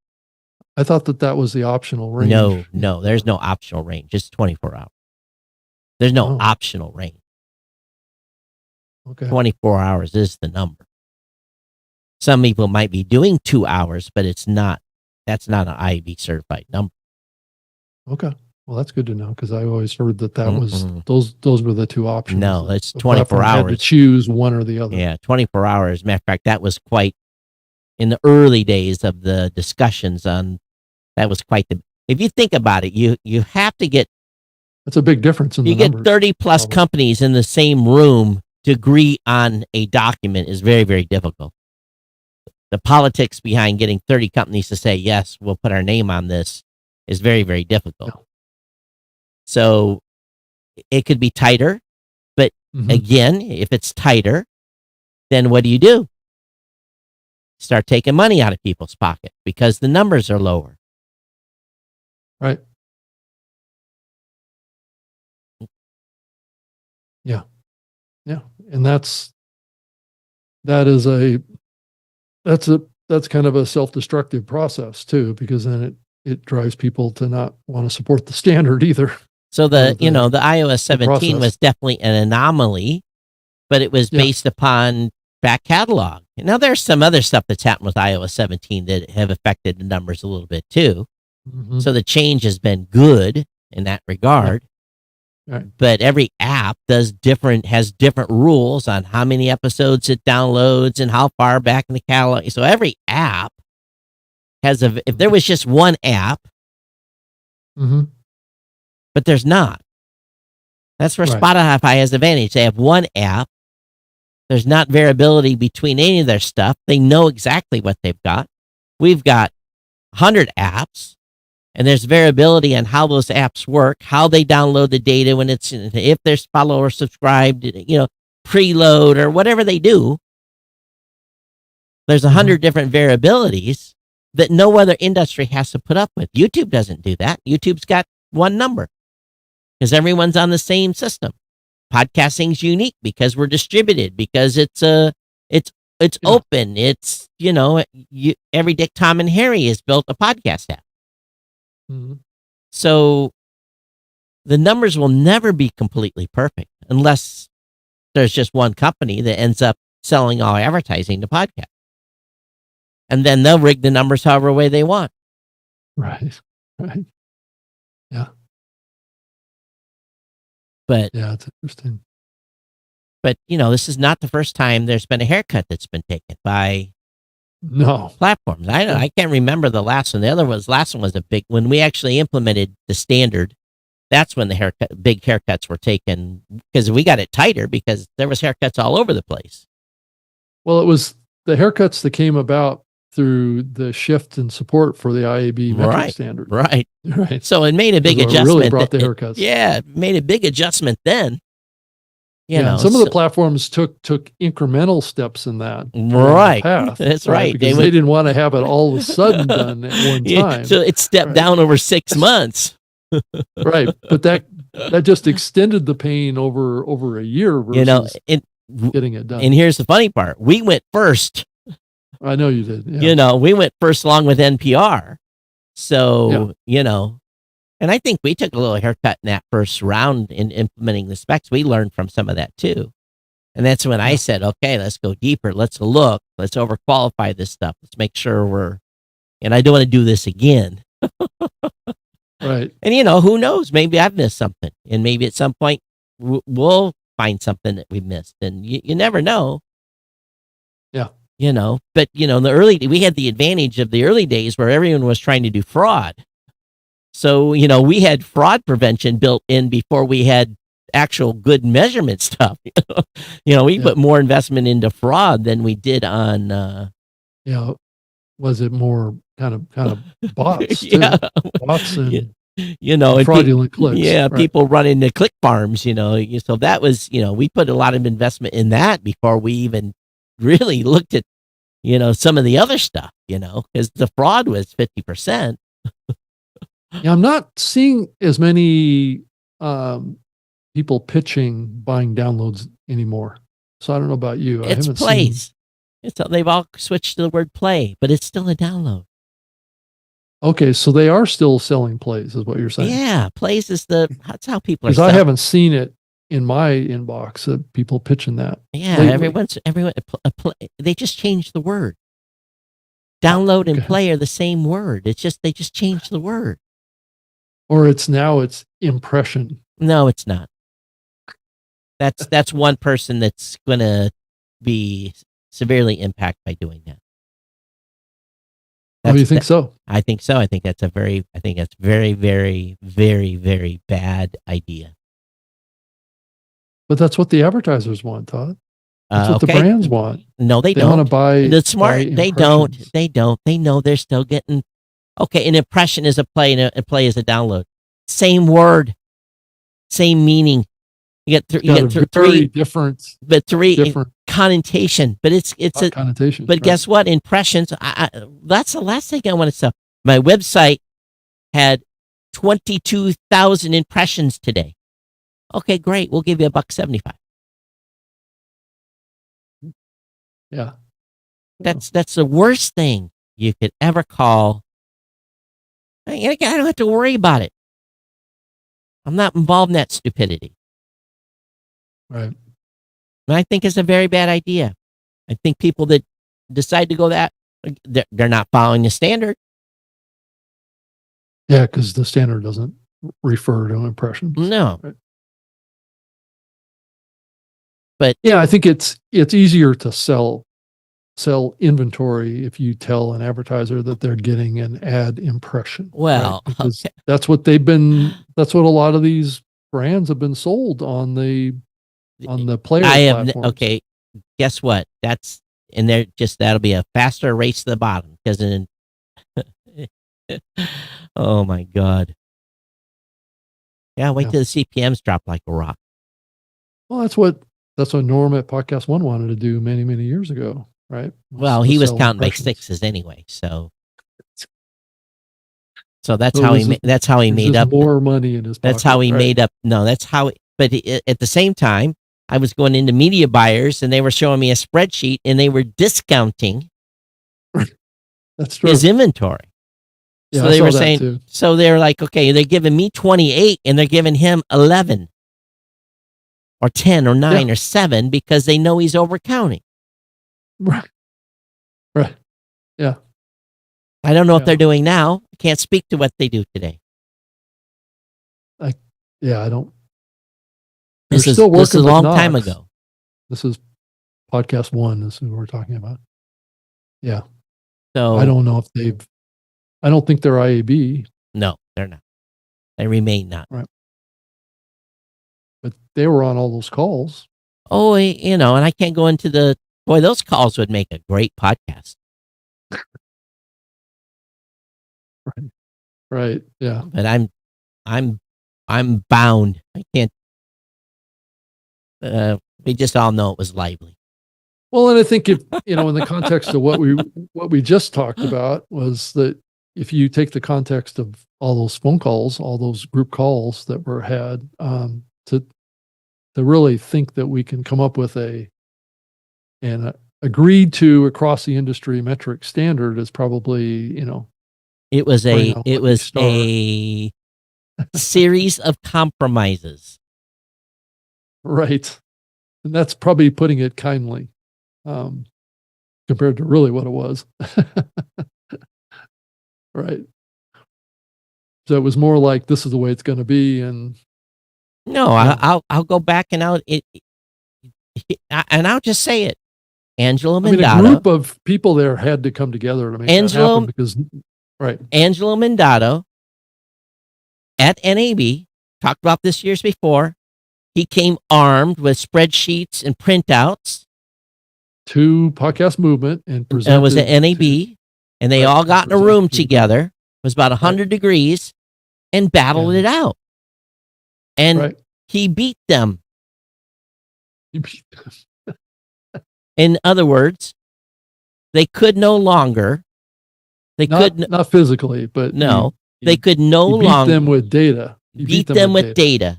They could no longer push the agenda that was being pushed. The reason that Blueberry, Libsyn, and Podtrac joined the IAB is because other people were trying to ramrod something through that wasn't derived from the data. Was not derived from data. So Rob Freeland, Mark McCurry, Angelo, and basically became the thorn and a whole bunch of companies' sides to squeeze the thresholds to get to a compromise point that they are today. Yeah. The spec, the original spec, Angela deserved a damn medal with going in there. And and maybe, I don't know if Rob Freeland would agree, but that's where it changed. After that meeting, things changed and we made progress. Yeah. That was a long time ago. It was it 2015, 2016? Somewhere around there. 2016, yeah. Was it perfect? No. Was it a minimum? Kind of. Mm-hmm. Kinda. So when Yeah. people were looking at a 2-hour window and had to switch to a 24-hour window, they took one heck of a haircut. Major haircut. There were probably some lawsuits flying around back then because of it too, No, if I recall. no. Well, you were brought in to do some audits, Some, right? yes. And those came out of inflated numbers. There wasn't lawsuits, but there was voluntary.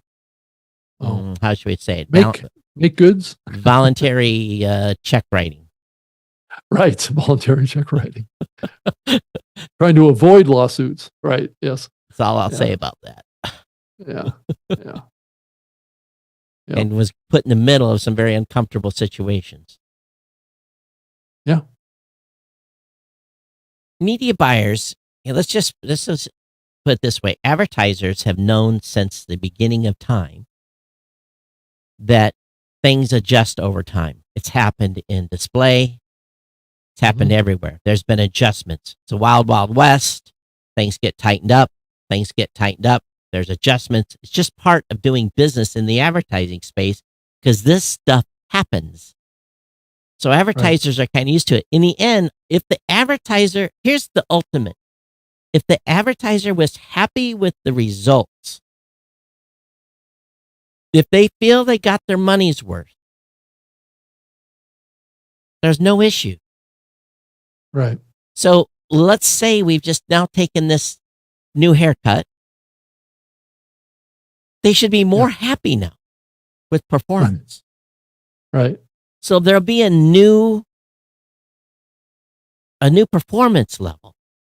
And in return, actually, if it all comes out in the wash correctly, CPM should nudge up.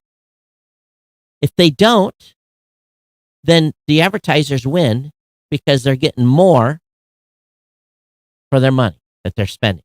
If CPMs don't edge up, if you think about it, in the early days, CPMs were 20, 22, 23, 25. That was pretty normal.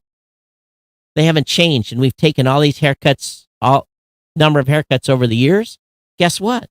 The advertisers have won because they're getting more value for the same amount of money now, and they're not upping their budgets. Right. So it comes out in the wash, and they don't ever give it back. They don't ever. You would think CPMs would have rose, but they've never rose. Yet some shows demand a premium. Some shows get way beyond 25. Some shows get under 25. Yeah. It depends on the show. Depends on the show. And the genre, too. And where it's hosted. And, you know. So I don't have to fight with the media buyers anymore. I don't do that. I don't have to do it. So I think. Yeah, so Todd. Go ahead. Go ahead and finish your thought. You know, the new guidelines are going to come out. We're all going to go through another round of certification. All our systems are going to be checked and run through the ringer. If we've missed something, the auditors are going to find it. And then it's up to the IAB to explain or to say, hey, we've got everyone aligned. And then in the end, when I'm sitting in front of a media buyer, I can say, my stats are a little bit better because. And in that regard, then my performance should be just a little bit better. And if it is, then we'll go down in their spreadsheet and there'll be a certain formula put against my inventory. Because they all do it. They have their spreadsheets, every vendor that they run against, every host, they all have their adjustment. Because when the media buyers aren't stupid, when they're running on 100 shows on Blueberry, 100 shows on Libsyn, 100 shows on pod track, and they perform differently. Why do they perform differently? Well, because maybe the numbers are just a little bit different. So they adjust. They come back and say, okay, here's your contract. Here's your CPM. And they average it out in the end. Yeah, Todd, a lot of my comments on this topic about the metrics and things like that somewhat came from an article that was posted by Oxford Road, the big ad buying agencies. Yep. And they ran down the situation with the IAB download, right? And the title of the article was "The Lowdown on the Download," and they basically just ran through this, the topic that we just kind of covered to some degree was that downloads are not impressions. They totally agree with that, and that just because something was downloaded completely doesn't mean that it was ever heard. That's right. Right. So I think we all agree on that. But their bottom line to this was that this lack of standardization leaves the industry susceptible to fraud and manipulation of the numbers, creating a misleading impression that advertisers are receiving more than what they actually got delivered. Well, that's directly from their article. And when that happened last time, guess who was being called? You. Best thing for Oxford Road to do is to hire a Blueberry or hire PodTrack or whoever you trust the most and say, I need a commercial account, run your own prefixes. Give them to across all the shows. Yeah, but that doesn't solve the core issue that they have. It gives them a number to work from. Just gives them a different number, but it's based on the same methodology. But it's based upon they get the same number for all the shows running all their ad deals. So they, as a company, can work off one standard and not have to work off 6 different reports they get from 6 different providers. They get their own report. Yeah, I think where the variability comes into play here is that just because a media file or an ad was delivered doesn't mean it was heard. And one of the variables that they don't know is what's the audience engagement of episode completion, right? Of listening. Right. And there's no way for anybody to know except for a player platform to know that currently. No, right? we know of a sample. It's an estimate. It's a sample of each show. We can say that 8% or 9% of this show's audience got to 78% mark of download. That's all you can see. Of you active can't see play. plays. Yeah, we can see plays. Again, it's a small sample. That's what we have retention data for. This is something no one else has. It's something that we built. And again, it's a small sample. 7 or 8 based on so where are you pulling that data from? Log data. No, but where was the consumption experience for the listener? On a variety of different apps when they click play, not when they hit follow. So how can you definitively tell between the process of a download versus a process of a play? Depends. And that's when the part of the secret formula that we've run for a number of years to get that data. And again, every application does a little different behavior. So wouldn't we want to have that for the whole industry? Great. Todd? Pay me for it. Give me 10 million. I'll give you the formula. Okay.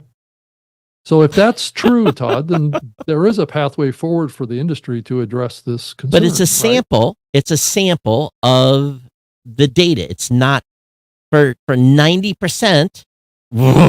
It's downloaded within seconds. Right. It's a so really what you're counting is playback that happens on slow connections. Well, we're also not all that. Again, every app is different in how it consumes data when it's actively hit play. Every app has a different. Every app is different, Todd? Some of them are both together and do things kind of similarly, but I'll just leave it at that. Someone else go do the research. But you can see a certain segment of content that is chunked out. And it's not completely accurate. So if someone is actively listening to a show, Right. and so how do we solve this problem, Todd? we don't Not till from we a get, competitive okay. standpoint. So how do we? but- So you have to have client side data. You have to. So example, let's yeah, say. but you just told me that there is a pathway. Well, that there you don't have is. to. There is for a segment of data. But let's say someone has listened to 30 minutes of a show. Mhm. It's already chunked ahead a little bit. Mhm. So even there's some wiggle room. They hit stop. Mhm. We've already delivered maybe, let's say, of an hour program, and they're at 35 minutes. Maybe they've already chunked up to 42 minutes. So even Right. within that data, there is some variability. Well, because Todd, by not deploying this industry wide, what we're doing is we're handing the keys over to the proprietary platforms to come in and say, you guys weren't able to do this. We're going to have to do it, and we're going to get all the advertising. Okay, so let's go back then to talk about what failed. RAD failed. This was an attempt by NPR to get this data, and agreed. And it failed. This is a way around having to do RAD. But you will never. It's already been attempted. You'll never get the top 10 podcast apps to provide client-side data. You'll never get but on a proprietary ecosystem, you don't have to, Todd. I know that. But Apple has their data. Sure. Spotify has their data. Sirius has their data. And those folks are the only people that can sell advertising because the advertisers are looking for play data. And you have to go to every other non-big player like that and say, give us client-side data. And then you're going to get 10% picture, just like we've got a 10% picture in retention data. Well, I can tell you Spotify has complete picture. Of course. Stuff. So does Apple. Right. They've all got that information. So it's not a sample. No. It's the complete view. Of course. Which is a competitive advantage for those platforms around. It's not a competitive advantage because 95% of podcasters on Spotify are not getting a dime. No. Yeah, I'm not talking about. So as soon as podcasters learn that Spotify's never going to pay them, then I'm talking about data, Todd. I'm not talking about revenue. I know, but it ultimately leads to revenue. Or lack of, like you just made the point. To a lack of. So that's even more of a reason to do this from an industry perspective. But you're not going to be able to do it from industry standard. Rob, you go ahead and spearhead. Okay, but you just told me that it was possible to do that. Okay, but again, right. They're still not going to be satisfied. So go to Marco and say, Marco, we want you to tell us when a podcast listener hit stop. You know what he's going to tell you? Kiss my ass. He probably won't say that. He just won't respond. He'll say no. He doesn't like advertising to begin with. Go to Pocket Cast and say, we want... That's a different argument. We want client-side data. No, they're not going to give it to you. If they were smart, they would sell it. Right. That was my next comment. They would sell it back. What's the pathway? Yeah, they would sell it back to those companies that need that data. Right. And then you'd have to have the listeners opt in to have that data shared. So I guess the bigger question is this situation going to persist for the next 20 years? Yep. We're never going to do anything about it. Not going to get fixed. Why? It won't. It's just the nature of being open, and it's a beautiful thing, isn't it? Okay, but there's a likelihood that because we didn't evolve this, that it will get it's going to hurt. It's going to hurt. Closed. Well, then it's going to hurt those that are revenue dependent upon advertising. All the more reason for people not to be so beholden to advertising. I just think it's bad. Overall, it's bad for the we've had the same conversation every year, Rob. This is the same. I know we have, but now it's coming up again, and we're in a new environment now, and advertisers, I think, are becoming much more. Well, they've already been educated. Demanding they can demand all they want. Industry to compete. Well, with, they've already other media that's giving them. They've already demanded to give attribution. They've already got that. They're not going to get it. They can wish all they want. Okay, wish in one hand, advertiser, and poop in the other. And guess what? You're not going to get it. If you want it, go to YouTube, go to Spotify, spend all your money there. Okay. That's the answer. Okay. That's I don't the think answer. there's going to be a lot of people in the industry that'll agree with you on that. Oh, I'm sure they won't. But guess what? There's no other way. Someone tell me how to get there. There isn't a way to get there. Well, one way is to do like you just said that you're doing. Then spend the money and build the system to do it. Okay. I'm not giving it away. All right. And again, Yep. it's a sample. It's a piece of it. Mm-hmm. And there's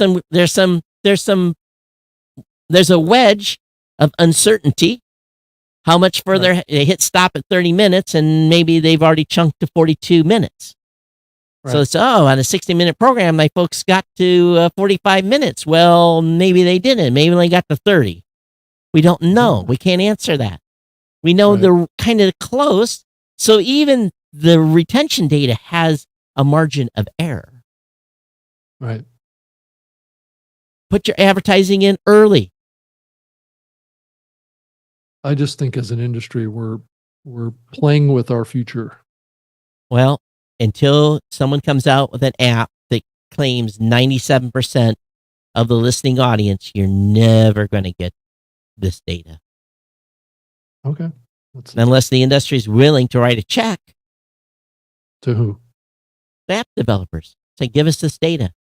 Put in this system where your listeners come in. So imagine, here's the experience on, let's say they give Marco a big fat check. Something he can't walk away from. Seals his future. Let's say it's $10 million a year. Marco's going to put in his system when people log into the app for the first time. Do you want your play data reported back to the podcaster that's running advertising their show? Do you want them to know that you heard the ad and know your play habits? Mm-hmm. Yes or no? And and a percentage. Isn't the other like on like the music platforms, and aren't they doing? Yeah, because they have it in the terms of service. Read through page 82. It's already in there. You're already giving it up. Right. So there's this trade-off. This is the thing we've been dealing with since 2005. That's right, and it never gets any better. That's the problem. It doesn't. So every year we keep having this same argument. And the reason pathway forward. And here's another thing that's crazy about the retention data. Depends on your audience makeup and where they're listening. Because if they have their audience on a certain app, the retention data that I have might be 1 or 2%. Because guess what? As soon as they hit play, right? Just downloads it immediately. And it depends on the app. Hit play. Oh, I can get this chunk data. A series of apps to give me this information. This is not rocket science. Yeah. In some apps, again, you hit play and it looks like a download. Yeah, that's interesting. But you can't get that without log data. You can't get. You have to have raw log data to get this minimal amount of information. Mm-hmm. Yeah, it's interesting how. Yeah. And sometimes the apps change. New version comes out, all of a sudden, guess what? I'm not getting anymore. Yeah. Retention data or app changes. Oh, they did something. Become more efficient with bandwidth. Apps that are efficient with consumers' bandwidth are the ones we get retention data from. So I encourage you, if you're an app developer, we love it when you're really considerate of active plays of only taking the amount of data that you need to give them the audio that they are listening to. Hint, hint, hint. Yeah. Yeah. Yeah. So just, I think we're going to continue hearing this chime of change. Well, they're making billions of dollars, so these companies can afford to write some checks to these app developers to get this client-side data. Yeah. Well, you're that not would be one answer. I agree with you. You're not going to pay it to Apple. You're not going to do it for Spotify. You're not going to get it from iHeart because they're all got their own internal data. You're not going to get it from Amazon. And the subset of apps, so you're going to get maybe 10, 15%. That'll be your sample. And then you got to ask all the apps that make up that 10 or 15%, got to write them a check so that they provide client data in a specification that is similar to RAD. And every company's going to have to write their own check because they're going to have to write protocols to send Blueberry data. They're going to have to send Libsyn data. They're going to have to send Podbean data, have to send PodTrack data without intermixing the streams. So that becomes very complicated. Yeah, I think at one point, we all talked about having like an entity that sits in the middle of the industry. That entity will have to be paid for. Right. So you want RAD, Rob, is what you want. Well, RAD was more of a player. But RAD was a kind of a player that reported back to the hosting platform. Blueberry's player reports back to us. That's not what we're talking about. I know, here. but the player had to be implemented by developers in order to do this. Right. They actually had to replace their existing players that they right. had right now. And so what you're talking about here is actually taking the data from their existing players. Absolutely. Not replacing it with the RAD. And I think where we went sideways on the RAD stuff was that this new player had vulnerabilities in it. And here's another thing that you're up against. Most apps have no server infrastructure. It's on the phone. You subscribe to a podcast, they go out to Apple Podcasts, get different. They don't have a server. You mean the apps don't have a supporting server? Nope. For A lot of apps infrastructure? Nope. A lot of apps run standalone. They make a call out to Apple Podcasts. They don't have infrastructure. Marco does. Yeah, so that's what I'm going to say. I think any kind of modern platform that has any kind of infrastructure has a database that drives the database comes from Apple. No, that's just a access to the data. That's right, but they don't have their own core. Most of these apps do not have their own. Why run it when you can just do the API call back to Apple? Because I mean, I've talked to a lot of these developers too, and they have their own SQL database. And what they do is they do a query against the Apple APIs, pull the data in, and then parse it out. I think very few do that. We'll have to ask the app developers how many do. I think a lot of them run standalone.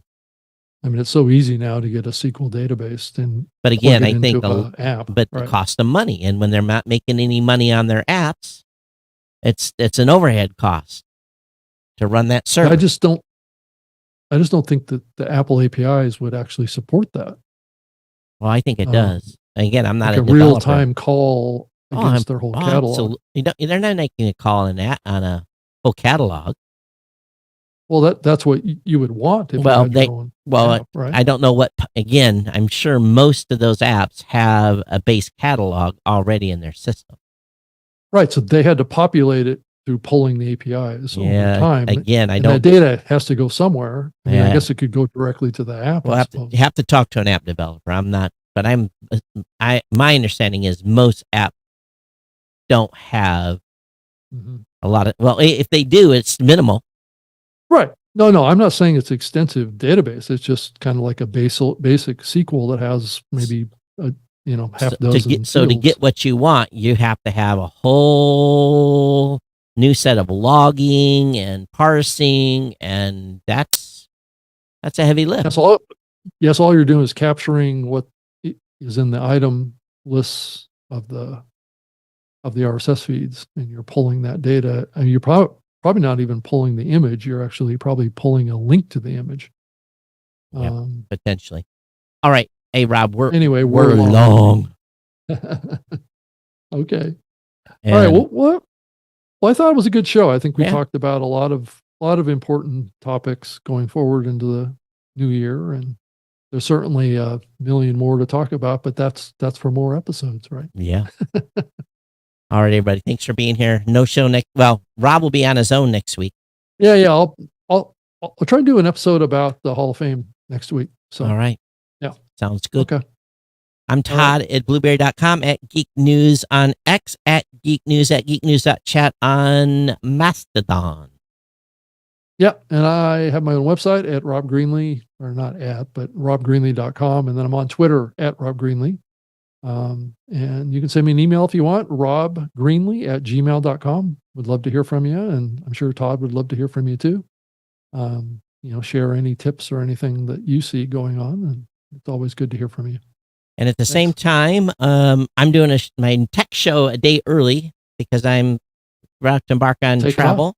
So about an hour from now, Geek News Central will be live for those of you that are here. So hang out, and we'll be back on the air in about an hour with that show. So oh, you will? Okay. Yeah. All right. So prep starts immediately, and then I'm post-processing 2 shows at the end of this show. So I'm going to be here until late. All right, everyone. Thanks for being here. We'll see you next time. Love to hear your commentary. Yeah. Send us some boost on the show today. Thanks, everybody. We'll see you next time. All right. Thanks.